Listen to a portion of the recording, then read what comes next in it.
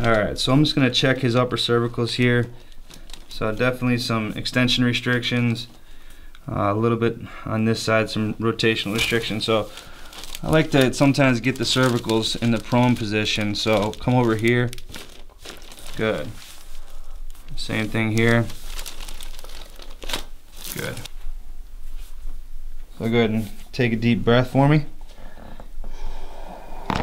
Good. Nice. Go one more here. Very good. Okay, go ahead on your side, face me.